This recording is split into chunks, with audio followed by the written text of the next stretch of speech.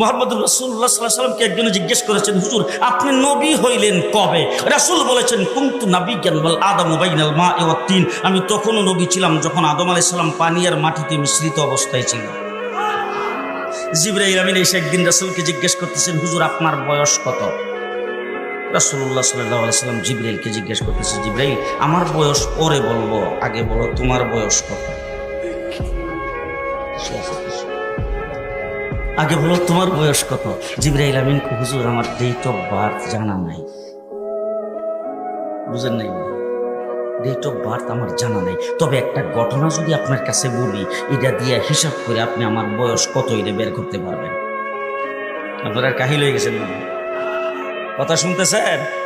জিবরাইল বলতে হুজুর একটা ঘটনা বললে আপনি হিসাব করে তারপর আমার বয়সটা বের করতে পারবেন। যখন এই কথা বলছেন রাসূল বলে, কি ঘটনা? বলে, হুজুর আমাকে যখন আল্লাহ সৃষ্টি করেছেন তখন আমি আরশের নিকটে দেখতাম একটা তারা উঠত, একবার উঠলে ৭০,০০০ বছর থাকতো।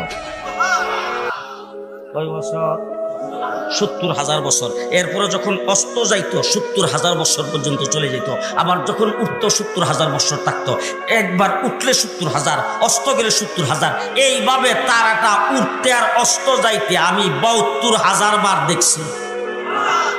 হুজুর এখন হিসাব করে আমার বয়সটা কত এটা আপনি বের করে নেন। রাসূলুল্লাহ সাল্লাল্লাহু আলাইহি সাল্লাম বলেন, হিসাব করার জন্য তো ক্যালকুলেটর মেশিন লাগবে, সেই মেশিনটা তো এখন নাই, হিসাবটা পরে করব।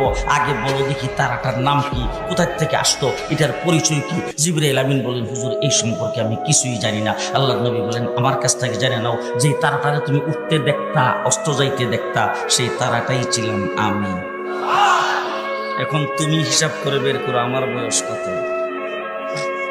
রাসূল বলছেন, আব্বালু মা খালাকাল্লাহু নূরি। আর এক রাওয়ায়াতে বলছেন, আব্বালু মা খালাকাল্লাহু রূহি। আল্লাহ পাক সর্বপ্রথম আমার নূরকে তৈরি করেছেন।